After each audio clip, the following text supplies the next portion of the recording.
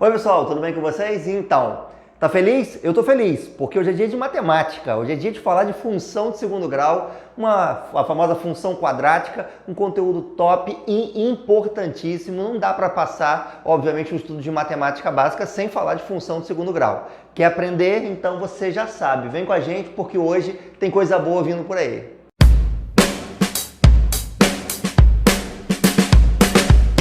E se você ainda não curtiu esse vídeo, faça isso agora. Compartilhe com os amigos, se inscreva no nosso canal, ative as notificações para que você possa receber toda semana os nossos vídeos, para você ficar atualizadíssimo e, claro, ser o cara na física e na matemática sem problema algum. Então, vamos lá? Vamos comigo? Então, quando a gente fala de função quadrática, a primeira coisa legal de chamar atenção: como é que é o formato dessa função? A função quadrática ela tem uma expressão que é muito conhecida, né? Chamada de y igual a ax ao quadrado mais bx mais c. Gente, essas letrinhas A, B, C são constantes, são valores numéricos que vão, obviamente, ocupar o lugar dessas letras. As nossas incógnitas, como na função de primeiro grau, x e y. Ah, Marlon, não assisti função de primeiro grau, função afim. Volta lá, a descrição vai ficar aqui embaixo, tá? Para você assistir essa aula, porque ela também é importante. Então, vamos lá. O que tem de importante aqui? Primeira coisa para chamar a sua atenção: esse A não pode ser zero. Por que ele não pode ser zero? Porque se ele zerar, ele vai levar embora com ele o x ao quadrado. E aí vai virar uma função de primeiro grau, e não é isso que a gente quer hoje aqui. Então o A pode assumir qualquer valor menos zero. O B e o C pode ser zero, Marlon? Pode, não tem problema nenhum. Eles podem zerar numa boa. Só o A é que tem essa restrição. Agora, na função afim, o gráfico era uma reta, sempre uma reta. Mas e na função quadrática? Como é que isso vai funcionar? O gráfico não vai ser mais reta? Não, não vai ser mais reta. Ele vai ser uma curva que nós conhecemos na matemática como parábola. Então você vai ter a famosa parábola aqui na função quadrática. Só que essa parábola, essa curvinha com esse formato característico, né, parece um U, né? Ela tem algumas possibilidades que eu queria chamar a atenção de vocês. Primeira, ela pode ser esse U voltado para cima, mas esse U também pode ser voltado para baixo. Então olha que legal, você pode ter a parábola com concavidade para cima, olha aqui, e olha no segundo, a parábola também pode ter concavidade voltada para baixo. Como que eu vou saber identificar isso numa prova? Moleza, molezinha, com a gente aqui é sempre molezinha. A concavidade vai ser determinada pelo valor do A. Então se a parábola é voltada para cima, é porque o valor de A é positivo. Se a parábola é voltada para baixo, é porque o valor de A é negativo. Existem muitas funções, gente, no dia a dia, que são funções quadráticas no mundo real, tá? Não fique pensando que isso é uma coisa fictícia que só serve para livro. Várias empresas trabalham com volumes de vendas, lucro, fluxo de caixa, muitas outras funções no seu dia a dia, e essas funções apresentam-se como funções quadráticas. Então, na economia, por exemplo, você tem diversas abordagens de funções que são funções de segundo grau. E os gráficos são importantes para fazer uma leitura do comportamento de algo que está acontecendo. Às vezes, o número de vendas em função do tempo, às vezes, né, como a gente lida hoje com um mundo muito tecnológico, né, um anúncio, verificar a quantidade de pessoas que interagiram, engajamento. Então, hoje, a visão de gráfico é muito importante para que você faça uma leitura mais rápida, uma análise mais direta de dados que você está tratando ali. E alguns deles, adivinha, são quadráticos, tá? Então é um estudo interessante por causa disso. Bem, vamos lá. Concavidade então para cima, o A é positivo, concavidade para baixo é porque o A é negativo. Só que o B e o C? Pois é, o B e o C às vezes preocupa a gente, porque eu falei com vocês que eles são constantes, pode ser zero, não tem nem problema quanto a isso, mas e a questão do sinal deles? Eu tenho como descobrir o sinal de B e C olhando o gráfico? Existe alguma coisa no gráfico que me ajude a identificar isso com mais clareza? Claro que tem, sempre tem um jeitinho. O bom de matemática é isso, sempre tem um jeitinho de fazer as coisas aparecerem e darem certo. Então, vem comigo, olha só, coloquei aqui para você uma observação bem legal, bem maneira, então me acompanha. Como é que eu faço o sinal de B e C ser analisado? Bem, primeiro exemplo, eu coloquei uma parábola, tá vendo? Concavidade voltada para cima. Primeira coisa que eu quero chamar a sua atenção, o C. O valor de C, pessoal, é sempre o ponto de interseção com o eixo Y. Por que isso, Marlon? Explicação fácil do seu professor. Porque se por acaso o X zera, tanto aqui quanto aqui, o A e o B vão embora, eles somem, e o Y fica igual ao C. Então, quando o seu x for zero, o a e o b desaparecem junto no termo e y fica igual a c. Resumindo, o ponto onde você cortar o eixo y sempre vai ser o valor do c. Então, ele vem de graça muitas vezes em exercício. Quantas vezes você já não pegou para fazer alguma questão e você folheou e estava lá a parábola bonitinha cortando o eixo y? Então, aquele lugar onde você corta o eixo y é o valor do c que está de presente para você. Agora, como que isso vai me ajudar a achar o b é que é interessante. Preste atenção na dica. Toda vez que você tiver a parábola cortando o eixo y e aí, portanto, identificando o valor do c, você vai fazer uma coisa bem legal que eu vou te contar agora. Você vai pegar neste ponto de corte, atenção, neste ponto C, exatamente nele, e você vai traçar com a sua reguinha uma reta tangente. O que é isso, Marlon? Reta tangente é uma reta que vai passar tocando em apenas um ponto. Que ponto é esse? Ponto C. Então você vai traçar uma reta cortando certinho o ponto C, ela é tangente, ou seja, ela não pode encostar em nenhum outro lugar da parábola, só nesse ponto C. Para fazer uma reta tangente aqui, ó, eu tive que passar ela aqui, então, fazendo de conta que ela está tocando só no ponto C.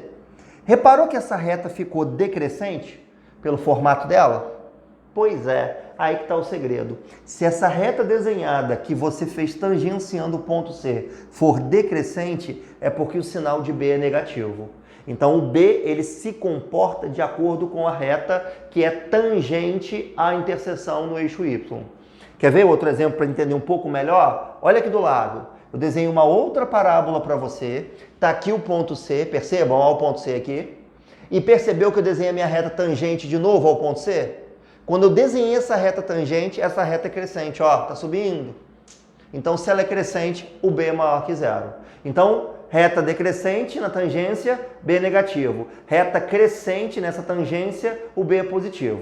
Agora, quer ver um caso curioso que apareceu em algumas questões de Enem ao longo desses últimos anos e que é legal que você tenha essa percepção? Inclusive, aquela famosa questão do túnelzinho que ele faz em formato de parábola e algumas outras também que apareceram. Pois é, pode acontecer este caso aqui. Olha a minha parábola, galera. Estão vendo? E percebeu que o ponto C está aqui, a interseção, e quando eu tentei desenhar a reta tangente, ela acabou ficando uma reta paralela ao eixo X. E agora? Paralela ao eixo X, o que eu faço? Desisto? Claro que não.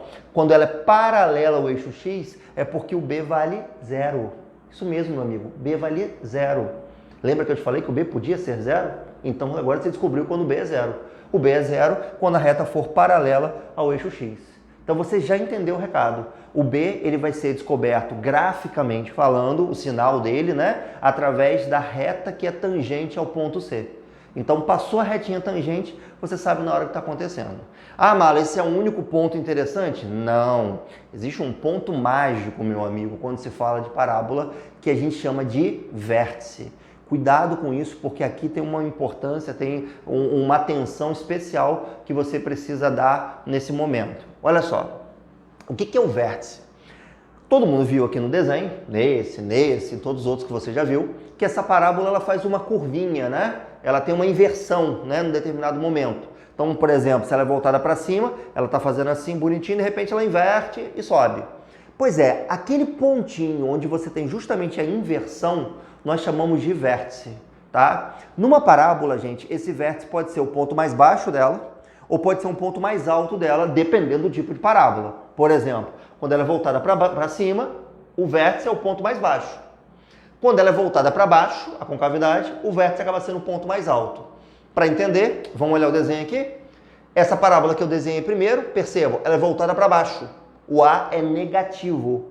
Mas se você está vendo claramente lá comigo que o vértice que eu marquei está no ponto mais alto dessa parábola. Quer dizer que dali para cima não vai mais. Ela faz a curvinha naquele ponto ali. Tá? Como é um ponto, obviamente vai ter um x e vai ter um y. Lembra? É um eixo cartesiano. Então vai ter um valor de x e um valor de y. A mesma coisa na parábola voltada para cima. Reparem, voltada para cima tem também um vértice. Que no caso aqui, percebam, é o ponto mais baixo. É o ponto mínimo da parada. Tranquilo? Agora, como que eu acho essas coordenadas?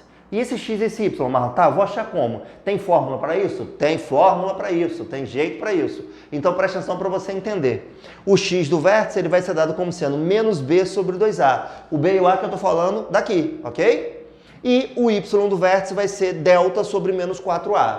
Quem é meu aluno sabe do que eu estou falando, então fica atento. Geralmente nos livros eles colocam menos delta sobre 4a, ou seja, esse menos vem em cima. Posso dar um grande conselho de amigo, professor? Aquele delta ali é o delta lá do Bhaskara. B ao quadrado menos 4ac. A gente vai falar dele já no próximo quadro. Então, evita colocar esse menos ali em cima. Sabe por quê? Se você coloca um menos delta e na hora que você abre o delta como b ao quadrado menos 4ac, você normalmente esquece de fazer a distributiva do sinal. E aí por isso que muito aluno acaba errando a questão. Então uma dica do seu professor, não coloca o menos em cima, coloca o menos embaixo. Não vai fazer a mínima diferença na fração para o seu cálculo final se o menos estava em cima na frente do delta ou se está embaixo no 4a. Então conselho do teu professor, deixa embaixo. Deixa ele quietinho aqui, ó, do ladinho do 4, que não vai atrapalhar. O 4 vai receber esse sinalzinho muito bem e vai evitar que você tenha qualquer descuido na hora de resolver uma questão. Então, repetindo, x do vértice menos delta sobre 2a, y do vértice, delta sobre menos 4a. E aí você já resolve o problema. Tá? No próximo quadro a gente vai mostrar o que eu posso fazer ainda em relação à raiz e muita coisa que você precisa também ficar esperto aqui para poder mandar bezão em função quadrática. Bora pagar aqui para o próximo quadro? Quadrinho novo para você, como eu falei que ia vir. Então tá aí o nosso quadro novo para falar da parte final. O que eu tenho que falar agora para você? Vamos falar das raízes. Ah, Marlon, eu lembro que você comentou também em outro vídeo sobre a raiz, sim. A raiz, lembra o que ela funciona? Como é que ela funciona? A raiz de uma função quer dizer que você vai achar o valor de x que faz com que a função seja zero. Esse é o objetivo da raiz. Então, bora ver aqui como é que funciona. Na função do segundo grau é maravilhoso isso. Por quê? Quando você pega a função e coloca o y como zero, você fica então com a famosa equação do segundo grau. E a equação do segundo grau a gente consegue descobrir o valor do x ali, resolver a equação, no caso agora tirar as raízes, através de uma fórmula conhecida que é a fórmula de Bhaskara, certo? A fórmula de Bhaskara, só para a gente lembrar, diz que x, que é no caso aqui nosso, raiz, é igual a menos b, mais ou menos a raiz de um delta sobre 2 vezes o valor de a. Esse delta que eu queria conversar com você, porque tem uma coisa boa para te falar aqui agora. O que esse delta é? Esse delta na matemática, dentro do estudo de função de segundo grau, nós chamamos ele de discriminante. Marlon, por que ele tem esse nome? Porque ele vai discriminar, especificar para você quantas raízes eu posso, como que serão essas raízes dentro de uma função do segundo grau. Então, presta bem atenção porque isso daqui é uma coisa que ajuda muito a gente em alguns tipos de exercícios elaborados aí de função de segundo grau. Repare. Quando eu vou fazer o delta, e lembrando aqui para todo mundo, né? O delta é o famoso b ao quadrado menos 4 vezes a vezes c, tá? Então o valor de b ao quadrado menos 4 vezes o valor do a vezes o valor do c.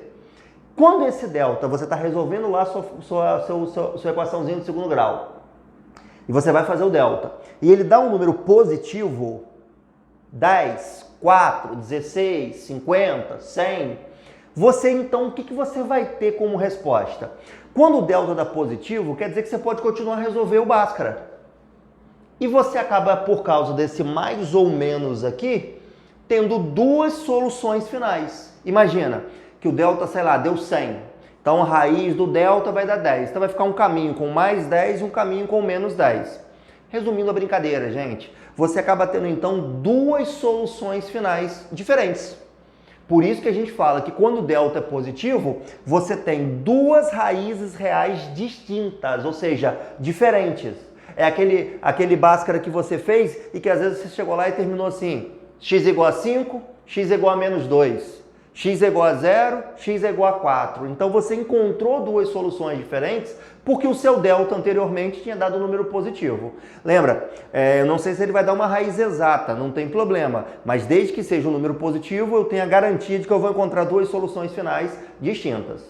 Mas quantas vezes eu e você fazemos exercício e às vezes acontece do delta dar 0. Então estou eu fazendo a conta lá, delta deu 0. E aí? E aí que, se eu somar ou subtrair com 0, eu estou na mesma. 4 mais 0, 4. 4 menos 0, 4. Então, como eu estou na mesma situação, o que vai acontecer? Eu vou encontrar uma resposta só. Ou, como a gente costuma dizer, é como se as suas duas raízes reais ficassem iguais. Então, quando as suas duas raízes reais ficam iguais, isso significa, na prática, que você tem a chamada raiz dupla. Então, toda vez que eu falo que eu tenho um delta igual a zero, quer dizer que eu estou com duas raízes idênticas, então eu tenho a famosa raiz dupla, tá certo? Para a raiz que vai contar como se fosse duas vezes, digamos assim. É aquela parábola, gente, muito maneirinha, que você, quando faz o desenho dela, você percebe que ela toca o eixo X só em um ponto. Ou seja, a raiz ela é única, tá certo? Agora, quer ver uma coisa diferente? É quando a gente, por exemplo, vai resolver a questão e acha um delta negativo. Quando esse delta dá negativo, você fica com aquela situação que nós pensamos assim, ué, como é que eu vou tirar a raiz de menos 4? Como é que eu vou tirar a raiz quadrada de menos 10? Pois é, nos números reais, isso é impossível de ser feito. Então nós dizemos, nesse caso, que você não possui raízes reais. Então, quando você me diz que você não possui raízes reais, quer dizer que você não conseguiu achar o valor da raiz porque você está impedido de achar uma raiz quadrada negativa ali. É bem legal comentar que eu estou falando e frisando aqui o termo reais, porque existe um conjunto que você pode estudar no futuro chamado de conjunto dos números complexos. E nos números complexos eu consigo fazer o cálculo de raízes negativas. Então uma raiz de menos 4, por exemplo, não é possível nos números reais, mas ela é perfeitamente possível nos números complexos. Como o nosso objetivo aqui é fazer um estudo dentro do conjunto dos reais, por isso que a gente está colocando que essas raízes elas são inexistentes. Então você teria aquela parábola que ela não consegue cortar o eixo X. É a chamada parábola voando que a gente fala. Então ela fica acima do eixo ou abaixo do eixo, dependendo da concavidade, mas ela não consegue encostar no eixo X de forma alguma, tá? Então fica atento que o discriminante pode ser de uma boa ajuda para você descobrir quantas raízes uma parábola vai ter aí, tá bom? E a última coisa para comentar que é legal. Vocês sabiam que você não precisa resolver necessariamente a função de segundo grau só com esse formato básico de ax ao quadrado mais bx mais c? Existem mais duas formas de reescrever a função de segundo grau e que elas podem te ajudar na hora de resolver o exercício. E é isso que eu queria lembrar vocês aqui. A primeira forma é a chamada forma fatorada. O que é isso, Marlon? É uma versão da escrita da função de segundo grau em que você não precisa escrever o b e o c. Você escreve o A, e aí o que vem depois? O A ele vai multiplicar x menos x' vezes x menos x duas linhas. Marlon, o que é x' e x duas linhas? São as possíveis raízes. Então a forma fatorada, ela prioriza a escrita através das raízes. Então se você conhece as raízes da função, você consegue escrever a função de segundo grau através das raízes e do coeficiente A que nós falamos no começo. E a outra forma interessante é a chamada forma canônica. Essa muitas vezes desconhecida pela maioria dos alunos, né? Se você inclusive não sabia que essa fórmula aqui existe, que essa versão existe, depois deixa nos comentários aí pra gente. Ah, professor, eu não sabia, só pra gente ter uma ideia. Bem, como é que funciona a forma canônica? Ela vai ser baseada no vértice da parábola. Então, é uma maneira de você reescrever a função de segundo grau, só que através do vértice da parábola. Como é que ela funciona na prática? Y é igual a A, que multiplica x menos o x do vértice, elevado ao quadrado, e por fora, mais o y do vértice. Vários exercícios que a gente observa hoje em dia nos vestibulares, Unifesp, Unesp, Unicamp, Enem, PUCs, a gente acaba percebendo que de vez em quando, quando olha o gráfico, você vê que eles dão um vértice no gráfico e dão um outro ponto. Então, com aquele vértice, com aquele outro ponto extra que eles dão ali qualquer da parábola, a gente consegue descobrir a equação com uma certa tranquilidade, se a gente conhecer, por exemplo, a forma canônica. A forma fatorada também é bem interessante. Não faz muito tempo o Enem cobrou uma questão, você pode já ter visto, de uma balinha de canhão que era disparada. E nessa questão ele te dava as raízes. E te dava um outro ponto, que era inclusive o vértice da parábola. Então o aluno também poderia usar a forma fatorada ou a forma canônica. Então são versões que você tem na função de segundo grau e que podem adiantar o processo de resolução de uma questão por você conhecer essas versões de uso aqui, tá bom? Então espero que você tenha entendido função de segundo grau, descomplicado um pouco esse conceito para você. E, é claro, gostou? Curta, compartilhe, deixe seus comentários aqui para que a gente possa te ajudar e fique esperto porque muito conteúdo novo vem por aí e a gente quer fazer a matemática se tornar cada vez mais fácil na sua vida. Super beijo, galera!